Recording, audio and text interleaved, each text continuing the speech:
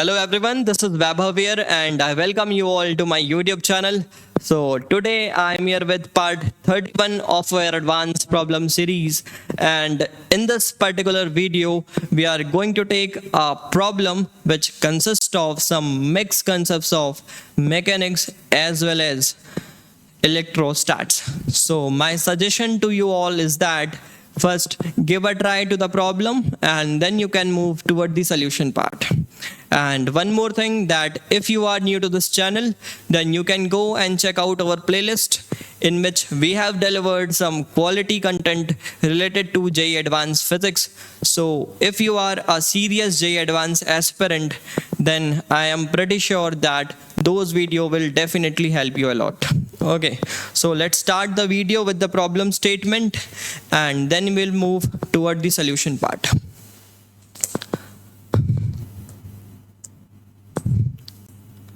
सो ये देख लो, आप पढ़ सकते हो, क्वेश्चन का स्टेटमेंट वगैरह खुद से पढ़ सकते हो.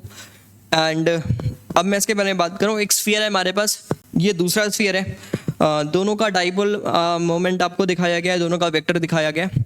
साथ में इलेक्ट्रिक फील्ड ऐसा प्रोड्यूस हो रहा है. बोला जा रहा है कि बी जो है वो इक्विलिब्रियम पर है ऑन द इंक्लाइन प्लेन, और जो उसका जो डाइपोल मोमेंट है वो पैरेलल टू दी इंक्लाइन है. और साथ में बोला जा रहा है कि इनफाइनाइट शीट की डेंसिटी कुछ सिग्मा है और इनके बीच में कोई म्यूचुअल इंटरैक्शन भी नहीं है, ऐसा भी बोला जा रहा है. अब ऑप्शंस के बारे में बात करते हैं. तो ये चार ऑप्शंस हैं, आप इन्हें चेक कर सकते हो कि आपको क्या चीज़ें फाइंड करनी है. एक्सेलरेशन, फ्रिक्शन, एंगुलर वेलोसिटी और लास्ट फ्रिक्शन के बारे में भी बात करनी है. तो ये चार ऑप्शंस हैं जिसे आपको देखना है. आप एक बार ट्राई कर सकते हैं खुद से, फिर आप सोल्यूशन वाले पार्ट पर आ सकते हैं. सो देखते हैं अपन कैसा होना चाहिए इसका सोल्यूशन. तो सबसे पहले मैं कुछ बेसिक्स के बारे में बात कर लेता हूँ, जिससे कि थोड़ा सा आपका आगे आने वाले प्रॉब्लम में आप थोड़ा और क्लेवर वे में इस चीज़ों को देख पाए. तो उसके बारे में अगर देखें तो मैं बोल सकता हूँ कि ये पॉइंट है हमारे पास और ऐसा कुछ पैरेलल टू दिस एक डाइपोल सा रखा हुआ है. तो मैं डाइपोल को दो चार्ज के थ्रू बना ले रहा हूँ. आप समझ रहे होंगे कैसे क्या बातें करना चाह रहे हैं पर. तो एक QE फोर्स ऐसा लग रहा होगा, माइनस चार्ज की वजह से माइनस QE फोर्स ऐसा लग रहा है. और साथ में अगर देखें तो इस पे एक mg का कंपोनेंट, साइन थीटा कंपोनेंट तो बिल्कुल सीधा ही आ रहा है, कॉस थीटा कंपोनेंट बिल्कुल ऐसा आ रहा है mg का. और साथ में आप देख सकते हैं कि सिंस ये एक यूनिफॉर्म फील्ड पे रखा हुआ है, तो यूनिफॉर्म फील्ड पे डाइपोल की वजह से नेट फोर्स तो ज़ीरो होना ही चाहिए. तो क्या ये QE और ये QE कैंसिल हो जाते? बहुत ऑब्वियस था, होना था, बट इसको मैंने लिख के बताया आपको. और साथ में अगर देखें तो लगने वाला सिर्फ रिजल्टेंट क्रिएट करने वाला mg साइन थीटा है. तो इसको रोकने वाला कौन होगा? पीछे की तरफ फ्रिक्शन इस डायरेक्शन में कुछ पीछे की तरफ लगने वाला है. और फ्रिक्शन की मैग्नीट्यूड को भी अपन क्या लिख सकते हैं? mg साइन थीटा ही लिख सकते हैं, बिकॉज स्टैटिक फ्रिक्शन यहाँ पर एक्ट हो रहा है. और आप बोल सकते हो कि उसको वो ग्रेविटी के रिजल्टेंट फोर्स को बैलेंस करने का यहाँ पर काम कर रहा है. अच्छा, आगे बढ़ते हैं. थोड़ा सा इस पे बात ये भी करते हैं कि हमें टॉर्क किस इक्वेशन के अबाउट लिखना चाहिए. हम सेंटर के अबाउट भी लिख सकते हैं जिसमें हमें फ्रिक्शन के बारे में पता है, तो आप इजीली लिख सकते हो. बट अगर मैं बात करूं इस बॉटम वाले पॉइंट के अबाउट, तो इसके अबाउट भी टॉर्क लिखने में कोई परेशानी नहीं है. आप किसी भी पॉइंट के अबाउट लिखो, बॉडी इक्विलिब्रियम पर है, टॉर्क में ज़्यादा डिफरेंस आएगा नहीं, because net force on this body zero. तो टॉर्क आप किसी भी पॉइंट के अबाउट लिख सकते हो. तो अगर मैं यहाँ पर आपको बात करूँ तो बॉटम वाले पॉइंट के अबाउट, अगर मैं थोड़ा सा बस बताना चाह रहा हूँ, इसको लिखेंगे हम सेंटर के अबाउट. बॉटम वाले के अबाउट अगर देखें तो QE फोर्स को अगर आप देखो, एक QE ऐसा लग रहा है ना, दूसरा QE ऐसा लग रहा है. ये अपना डाइपोल है, एक QE ऐसा लग रहा है, दूसरा बिल्कुल ऐसा लग रहा है. तो अगर हम देखें तो ये R वेक्टर होगा ना, टॉर्क के लिए R वेक्टर ऐसा ड्रॉ किए, दूसरा R वेक्टर ऐसा ड्रॉ किए.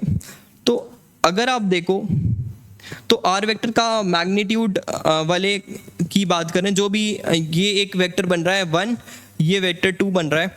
और ये वेक्टर 1 बना किससे? अगर आप ध्यान से देखें तो ये बना है एक, ये रेडियस वेक्टर इसके सेंटर से ज्वाइन कर रहा हूँ, और एक D वेक्टर.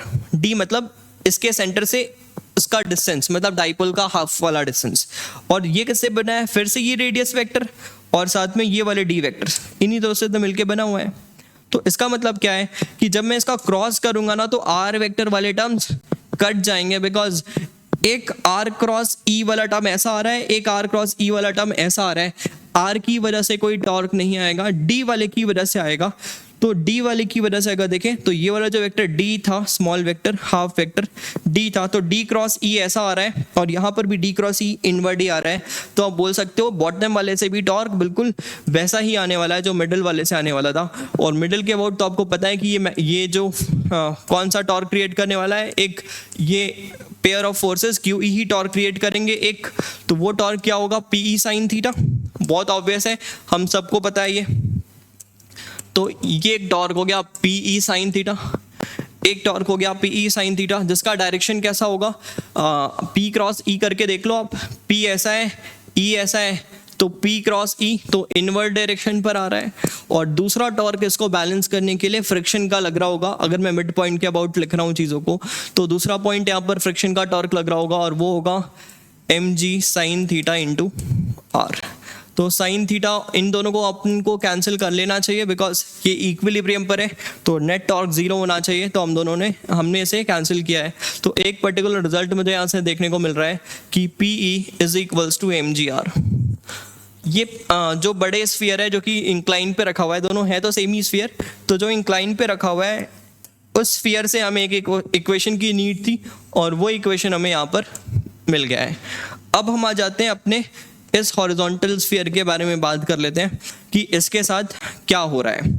तो यहाँ पर ही बात करें अगर, तो आप देख सकते हो कि इस पे अगर मुझे टॉर्क वगैरह लिखना है, इस पे अगर मुझे थोड़ा टॉर्क वगैरह लिखना है, तो आप ध्यान से देखो कि इसमें इस नीचे वाले पॉइंट के अबाउट अगर अपन देखें तो ऐसा कोई डाइपोल है, तो एक क्यूई फोर्स ऐसा लग रहा होगा, एक क्यूई फोर्स ऐसा लग रहा होगा। तो इस बॉटम वाले पॉइंट के अबाउट अगर मुझे टॉर्क लिखना है, तो ऑब्वियस है कि ये वाला डिस्टेंस अगर कोई x है तो ये वाला डिस्टेंस x प्लस डी है।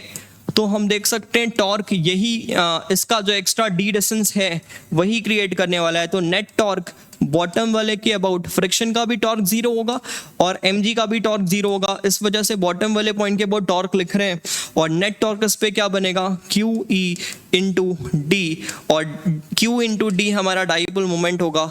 तो इस वक्त इस पे टॉर्क बॉटम वाले पॉइंट के अबाउट भी पीई लिखा जा सकता है।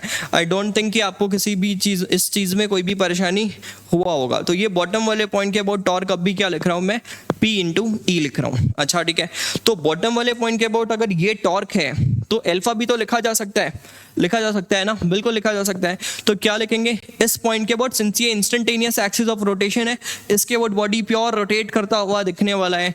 तो इस हिसाब से मैं क्या लिखूंगा, P E will be equals to I which is 7/5 mr²। I think आप कंफर्टेबल होंगे इसके साथ। ये हो जाएगा 2/5 mr² plus mr² which is 7/5 mr² times of alpha.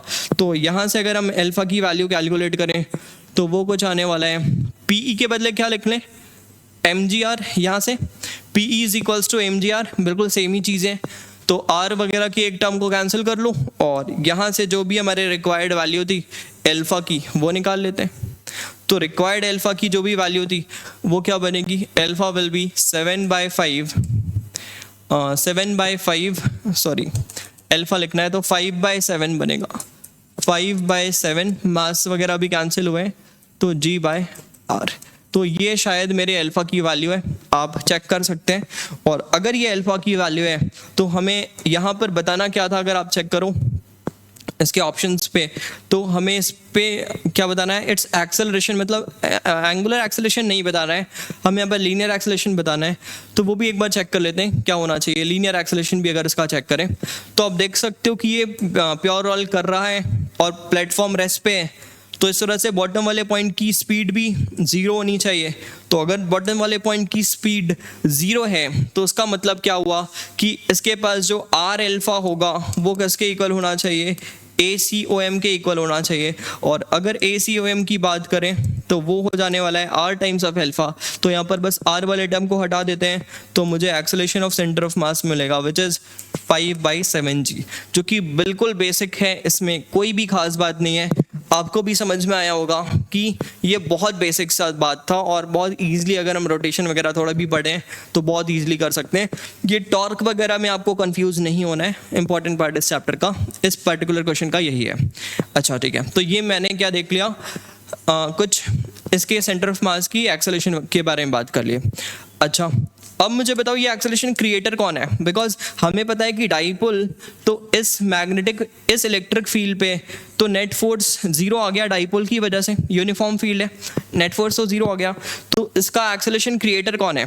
तो बहुत ऑब्वियस है कि इस पे सामने की तरफ ही फ्रिक्शन लग रहा होगा, बिकॉज सामने की तरफ ACOM चाहिए, बिकॉज आर एल्फा तो ऐसा आ रहा है ना, आर एल्फा ऐसा आ रहा है, पीछे की तरफ आ रहा है आर एल्फा वाला टर्म, तो इस वजह से मैं बोल सकता हूँ सामने की तरफ फ्रिक्शन लग रहा होगा और ये जो फ्रिक्शन है यही क्रिएटर है इस एक्सेलरेशन का। तो अगर मैं इसमें फोर्स इक्वेशन लिखूं तो क्या लिखना चाहिए, F = ma, तो फोर्स लग रहा है फ्रिक्शन का वो इक्वल होगा मास टाइम्स ऑफ एक्सेलरेशन, तो acceleration is 5/7 times of g, तो फ्रिक्शन फोर्स की वैल्यू होनी चाहिए 5/7 mg.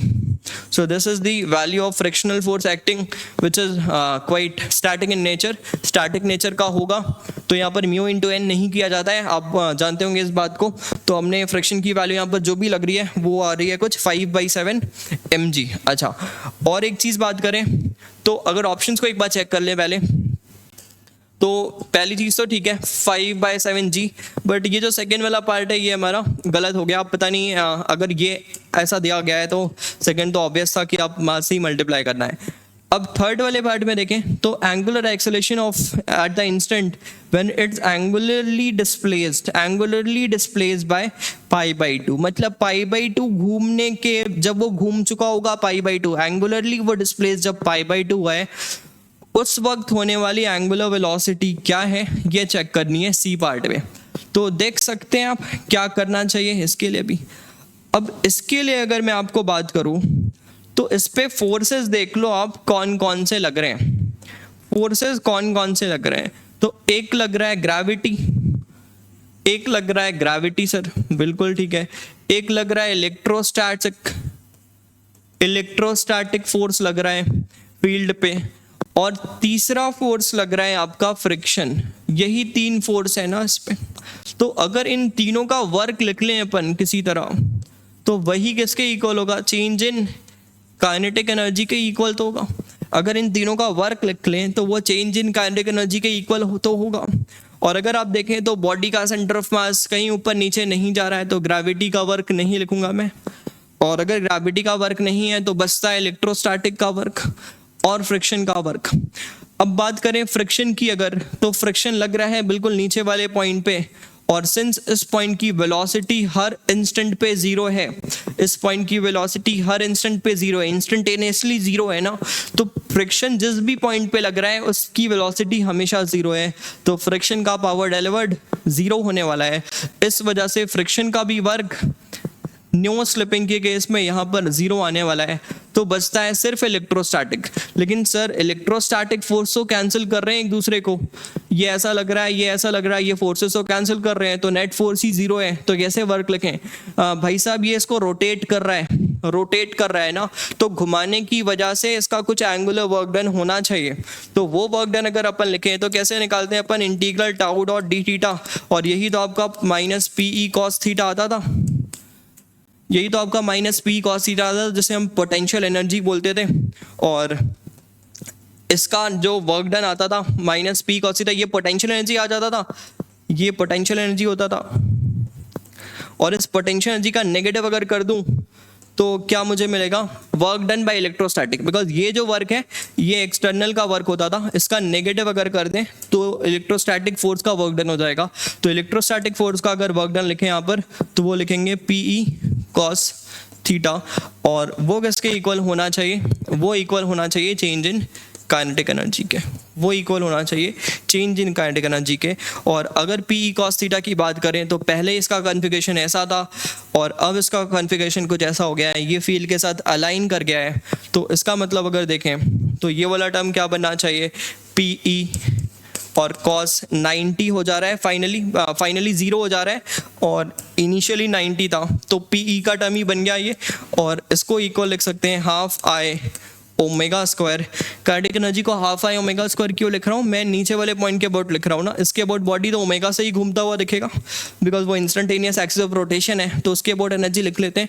तो क्या लिख लेंगे, P E is equals to 7/5 mr square एक half times of omega square, 7/5 R square omega square कुछ ऐसा आ गया। तो ये कुछ आ जा रहा है 10 PE/7 और एक मास और आर स्क्वायर और ये ओमेगा की वैल्यू आ रही है, तो 10/7 ऐसा कुछ आ रहा है, आप चेक कर सकते हो यहाँ पर। फिर इसकी वैल्यू क्या लिखेंगे, ई की वैल्यू लिखना है, तो ई की वैल्यू σ/2 एप्सिलॉन नॉट रख के देख लो और σ/2 एप्सिलॉन नॉट रख के देख लो, और शायद पी की वैल्यू के टर्म्स में ना हो तो पी के बदले कुछ ऐसा, अच्छा पी के टर्म्स में ही है तो ठीक है, σ/2 एप्सिलॉन नॉट रखोगे तो शायद ये टर्म गलत हो जा रहा है बिकॉज 2 के आ जाने से ये 5 हो जाना चाहिए था शायद। आप देख सकते हो ऑप्शन गलत है, मुझे इतना पता है और मैंने आपके लिए रिजल्ट यहाँ पर लिख दिया, आप इसको चेक कर सकते हो। This is the value of omega at that instant. और लास्ट ऑप्शन के बारे में अगर चेक करें तो क्या बोला जा रहा है, the frictional force acting on the sphere is 0 when the dipole is just rotated by π/2। तो डाइपोल जब π/2 एंगल घूम चुका है, क्या उस वक्त उस पर लगने वाला फ्रिक्शनल फोर्स 0 होगा? तो एक बार चेक करते हैं। बिल्कुल सही बात है, बिकॉज जब डाइपोल यहाँ पर आ गया है तो इस पर नेट टॉर्क 0 है इस इंस्टेंट पे, और अगर यहाँ पर प्योर रोलिंग होना है तो नेट टॉर्क 0 होने की वजह से एफ नेट को भी 0 होना पड़ेगा, अदरवाइज इसका सेंटर ऑफ मास एक्सेलरेट करने लगेगा और रोटेशन तो अल्फा तो मिलेगा नहीं बिकॉज टॉर्क है नहीं इस इंस्टेंट पे। तो इस वजह से इनका प्योर रोलिंग जो है वो स्लिपिंग में कन्वर्ट हो जाएगा और फ्रिक्शन कभी भी ये करना नहीं चाहेगा कि इस पे सामने की तरफ लगकर इसको एक्सेलरेट करा दे और इसका अल्फा भी ऑपोजिट डायरेक्शन में क्रिएट करके, क्या बोल सकते हैं, ऐसा अल्फा क्रिएट करके इसको रिटार्ड भी करे और साथ में इसको एक्सेलरेट करा दे, ये कभी नहीं चाहेगा। तो इस मोमेंट पे फ्रिक्शन की वैल्यू भी क्या होगी, 0 होगी। तो ठीक है, ऑप्शन डी हमें यहाँ पर सही दिख रहा है, ऑप्शन ए सही दिख रहा है। तो ये 2 गलत ऑप्शंस आप देख सकते हैं और 2 सही ऑप्शंस। तो अगर आंसर की बात करें तो answer is A and D. तो ये था हमारा आज का सवाल, अगले वीडियो पे मिलते हैं। Thanks for watching, thank you very much.